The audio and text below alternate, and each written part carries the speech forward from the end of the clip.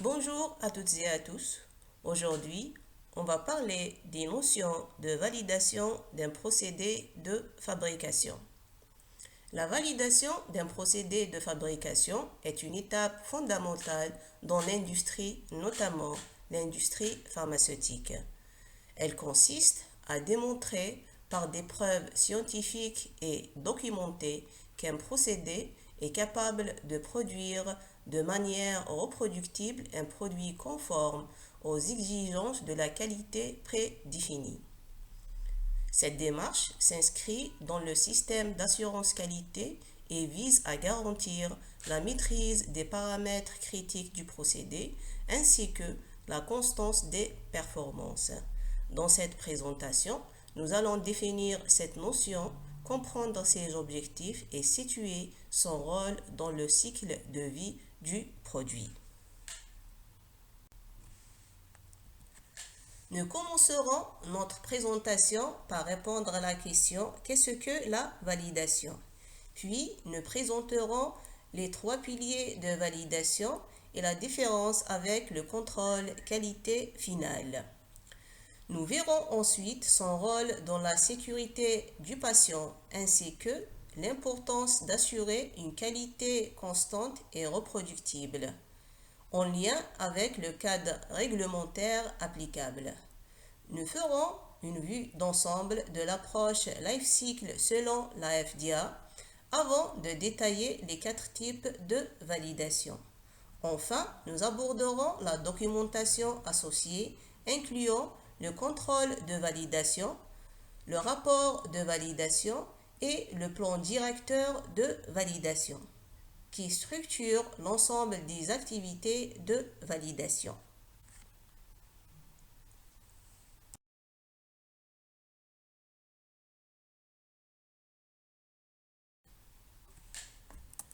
La validation est une étape documentée établissant un haut degré d'assurance qu'un procédé spécifique produira de façon constante un produit conforme à ses spécifications et à ses attributs de qualité prédéterminés. Elle repose sur des activités planifiées et systématiques organisées à travers des protocoles structurés couvrant l'ensemble du cycle de vie du procédé. Il s'agit d'une approche rigoureusement documentée, fondée sur des preuves écrites et traçables, démontrant la maîtrise technique du processus. La validation va au-delà du simple contrôle du produit fini. Elle ne se limite pas aux essais de fin de chaîne, mais vise à anticiper et maîtriser les paramètres critiques influençant la qualité. Enfin, elle garantit la reproductibilité du procédé en démontrant que chaque lot fabriqué respecte les spécifications avec un niveau élevé de confiance.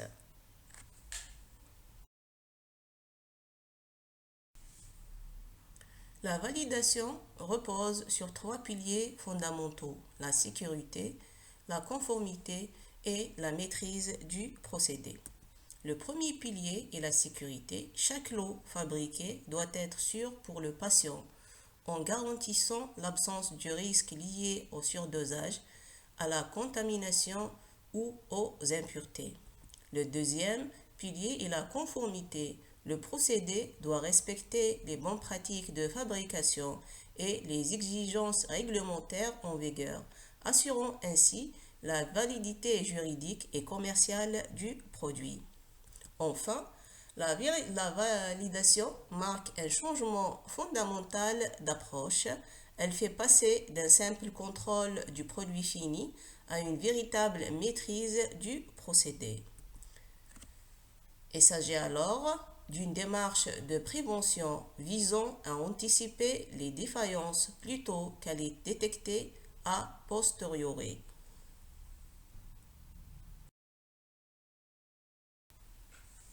Il est essentiel de distinguer la différence entre la validation et le contrôle de qualité finale.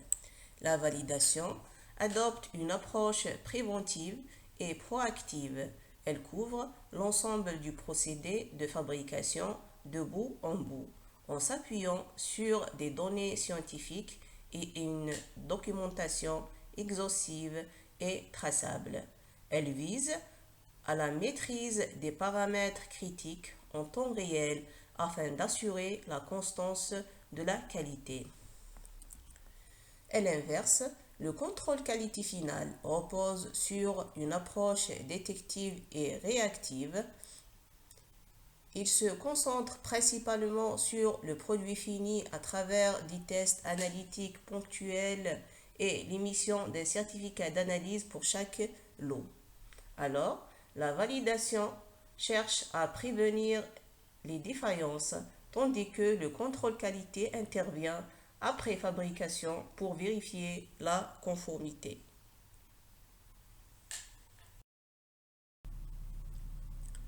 La validation est avant tout essentielle pour garantir la sécurité du patient.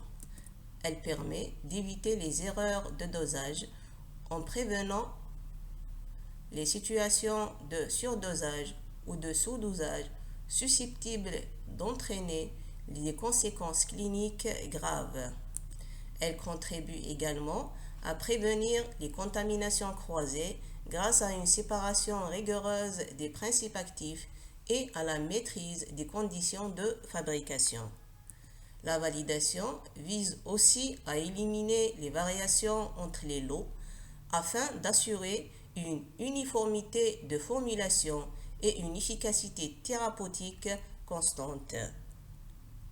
Enfin, elle garantit l'absence d'impuretés en assurant la détection et l'élimination de particules étrangères ou de produits de dégradation potentiellement toxiques.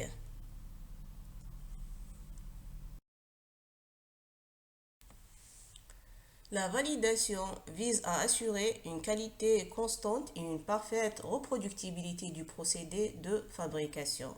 Un processus industriel comporte plusieurs étapes critiques, chacune pouvant influencer la qualité du produit final.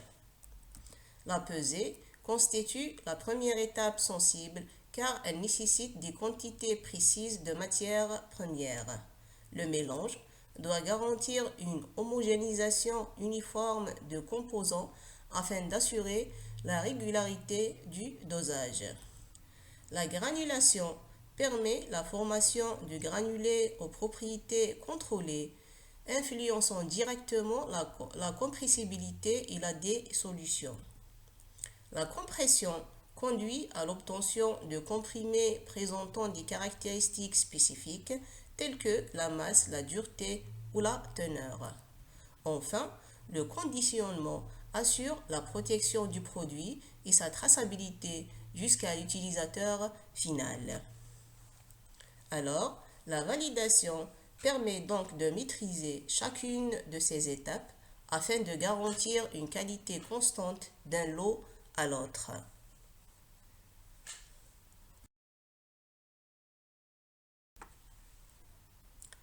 La validation des procédés s'inscrit dans un cadre réglementaire international structuré. En Europe et en Algérie, les bonnes pratiques de fabrication, notamment à travers l'annexe 15, définissent les principes fondamentaux de la validation ainsi que le contenu du dossier de validation. Aux États-Unis, la Food and Drug Administration, à travers le Process Validation Guidance de 2011, propose une approche fondée sur le cycle de vie du procédé en 3 étapes, en insistant sur la maîtrise continue au-delà de la validation initiale. Les lignes directrices de l'International Council for Harmonization complètent le cadre. L'ICH Q8 introduit le concept de Quality by Design et de Design Space, visant l'identification des paramètres critiques et des zones opératoires optimales. L'ICH Q9 formalise la gestion du risque qualité par une analyse systématique permettant de prioriser les efforts de validation. Enfin, L'ECHQ10 définit le système qualité pharmaceutique intégrant l'amélioration continue et la gestion des changements afin de maintenir la maîtrise du procédé dans le temps.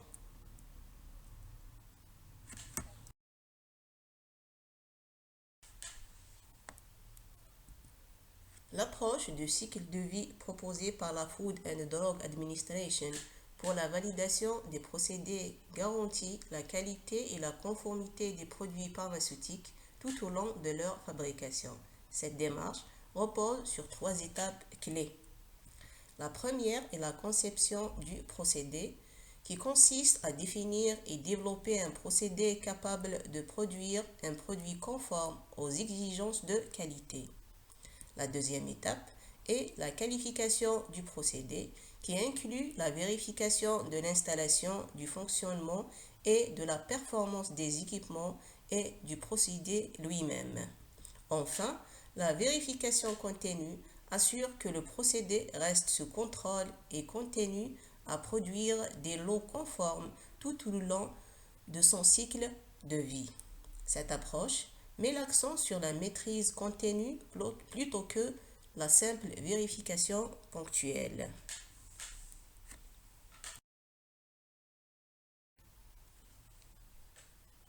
La première étape de la validation est la conception du procédé, cruciale pour établir un procédé fiable capable de produire de manière constante un médicament conforme aux exigences de qualité. Cette phase repose sur des études de développement approfondies réalisées au laboratoire et à l'échelle pilote afin de comprendre le comportement du procédé. Des plans d'expérience sont utilisés pour explorer l'espace paramétrique et optimiser les conditions opératoires, où on définit également les paramètres critiques du procédé et les attributs de qualité critiques qui influencent directement la performance et la qualité du produit fini. Des outils d'analyse de risque comme l'AMDEC et le diagramme d'Ishikawa permettent d'anticiper les défaillances potentielles et d'en limiter l'impact. Enfin, la définition du design space, conformément à l'ECHQ8, encadre la flexibilité opérationnelle et la garantie que le procédé reste sous contrôle malgré de petites variations de paramètres.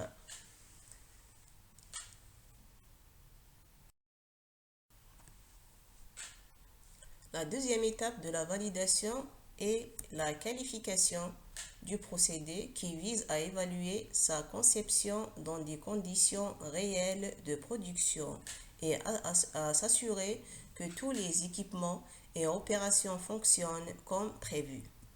La qualification d'installation vérifie que l'équipement est installé conformément aux spécifications de fabrication et aux exigences réglementaires. La qualification opérationnelle démontre que l'équipement fonctionne correctement sur toute la plage de paramètres définis lors de la conception. La qualification de performance confirme que le procédé est capable de produire de manière reproductible des lots conformes sur un minimum de 3 lots consécutifs. Chaque qualification est réalisée selon un protocole détaillé et documenté dans un rapport complet. Elle inclut également la validation de la formation du personnel comme prérequis à la production.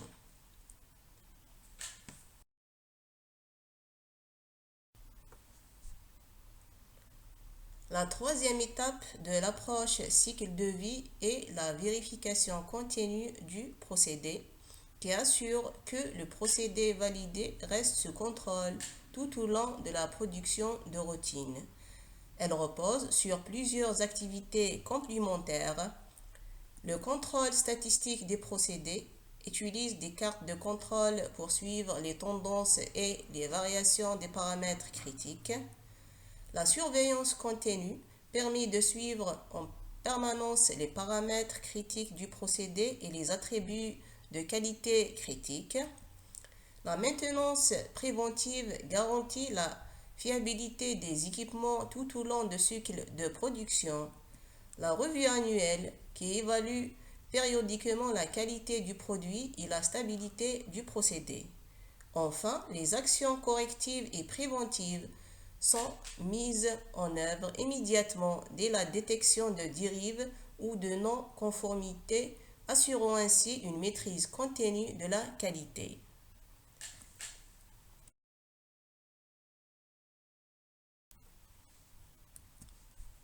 La qualification d'installation a pour objectif de vérifier que l'équipement est installé conformément aux spécifications du fabricant, aux normes de l'industrie et aux exigences réglementaires. Cela comprend la vérification de la documentation fournisseur telle que le manuel et les certificats de conformité ainsi que la conformité des plans et schémas d'installation incluant l'implantation physique de l'équipement. Les raccordements aux utilités comme l'eau purifiée, l'air comprimé ou l'électricité sont contrôlés et les instruments de mesure subissent une calibration initiale pour garantir leur précision. Chaque composant est identifié et enregistré avec son numéro de série pour assurer une traçabilité complète. Par exemple, une presse à comprimer est considérée qualifiée lorsqu'elle est correctement montée, raccordée électriquement et que son système de contrôle est fonctionnel, prêt pour les tests opérationnels.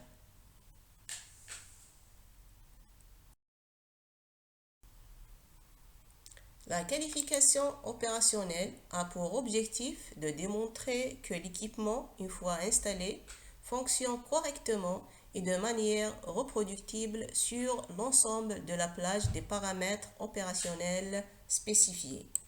Elle inclut des tests aux limites basses et hautes, appelés Worst Case Testing, pour évaluer la robustesse du procédé. Les paramètres clés tels que la vitesse, la température, la pression ou l'agitation sont vérifiés ainsi que les alarmes et systèmes de sécurité afin d'assurer la protection du personnel et la qualité du produit.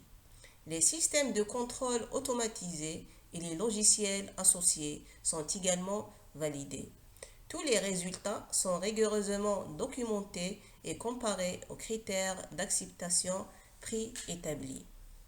Par exemple, pour un mélangeur, on s'assure que la vitesse et la durée de mélange respectent les spécifications sur toute la plage de fonctionnement.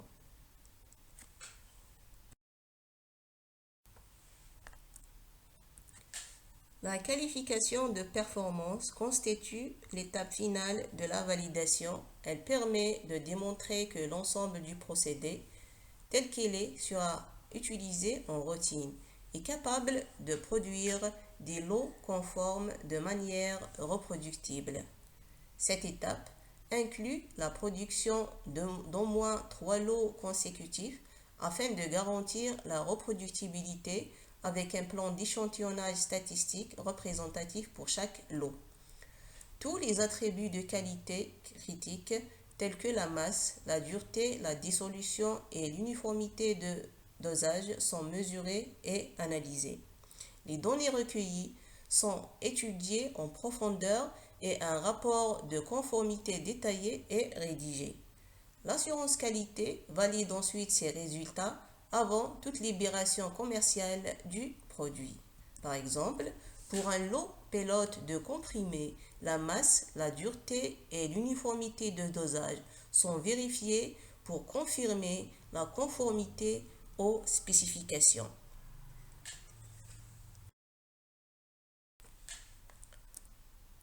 Les 4 types de validation. La validation des procédés pharmaceutiques est un processus dynamique qui s'adapte aux différentes phases du cycle de vie du produit afin d'assurer la qualité et la sécurité de chaque étape. Le premier type de validation est la validation prospective. Elle est réalisée avant le démarrage de la production commerciale pour un nouveau produit ou procédé. Le deuxième type est la validation concomitante. Elle est réalisée pendant la production de routine en collectant les données en temps réel. Le troisième type est la validation rétrospective qui sert à l'analyse des données historiques de production pour un procédé déjà établi. Enfin, la validation revalidation est nécessaire chaque fois qu'un changement significatif est apporté au procédé pour confirmer que la qualité du produit est maintenue.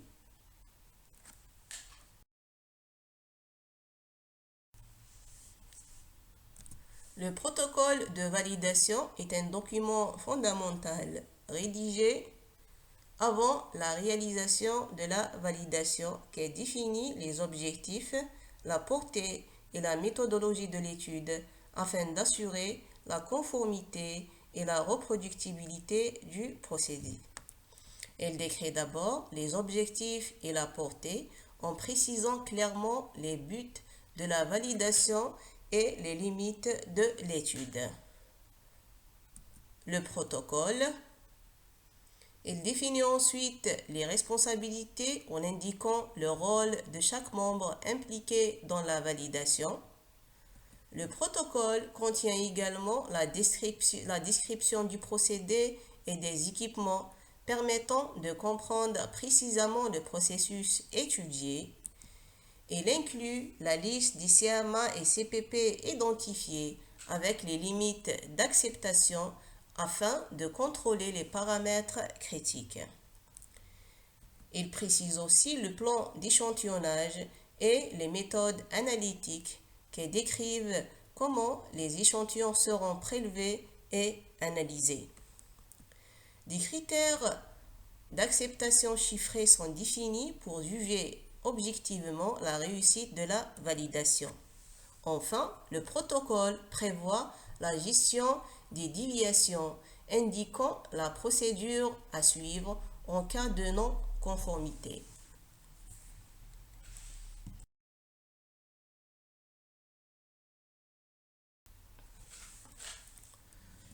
Le rapport de validation est le document final qui récapitule l'ensemble du processus de validation. Rédige après l'exécution de toutes les étapes. Il permet d'évaluer la performance globale du procédé. Il présente les résultats détaillés en comparant les données obtenues avec les critères d'acceptation définis. Une analyse statistique est réalisée basée sur des indicateurs comme les moyennes, les coefficients de variation et les cartes de contrôle afin de vérifier la reproducibilité du procédé.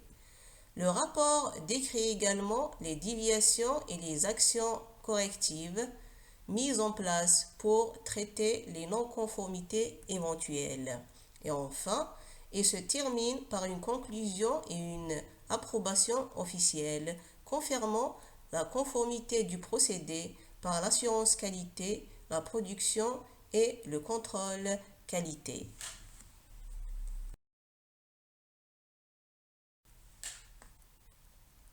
Le plan directeur de validation est un document stratégique qui organise et encadre l'ensemble des activités de validation dans une installation pharmaceutique afin d'assurer une approche cohérente et structurée. Il définit la politique et la philosophie de validation du site ainsi que la liste des équipements, systèmes et procédés à valider. Le PDV précise également le planning et les propriétés de validation ainsi que les responsabilités des différents départements impliqués. Il décrit aussi les situations nécessitant une revalidation et les procédures de gestion des changements appelés Change Control. Ainsi, le plan directeur de validation constitue une véritable feuille de route essentielle pour assurer la conformité réglementaire et la bonne gouvernance des activités de validation.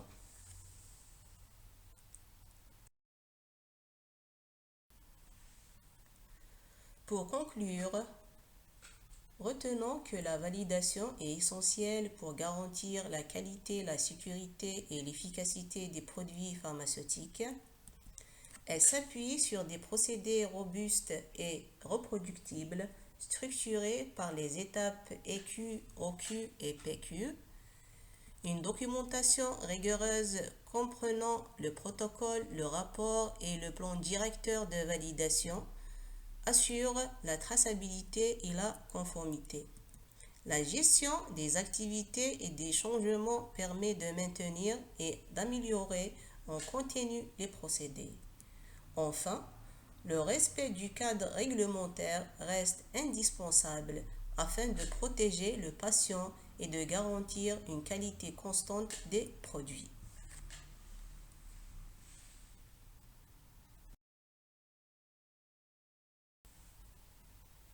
Par ce, je termine et merci de votre attention.